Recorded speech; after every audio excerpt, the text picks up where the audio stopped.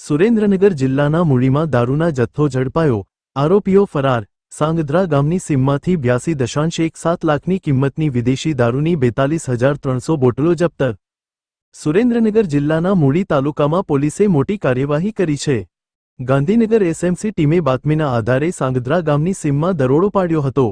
પોલીસે આ દરોડામાં વિદેશી દારૂની 42,300 બોટલો જપ્ત કરી છે। કરાયેલા દારૂની કિંમત રૂ. 81,97,968 છે।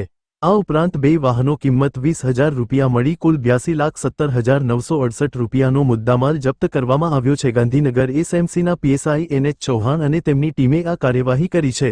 દરોડા દરમિયાન 3 આરોપીઓ ફરાર થઈ ગયા છે। તેમાં સાંગધ્રા, મૂળીના હરેશ જેમાભાઈ સરદિયા તેમજ દારૂનો જથ્થો મોકલનાર અને મંગાવનાર 2 શખ્સોનો સમાવેશ થાય છે। મૂળી પોલીસ મથકે 3 આરોપીઓ વિરુદ્ધ ગુનો દાખલ કરવામાં આવ્યો છે। પોલીસે આરોપીઓને પકડવા માટે કાર્યવાહી શરૂ કરી છે। આ કેસની વધુ તપાસ મૂળી પોલીસ ચલાવી રહી છે।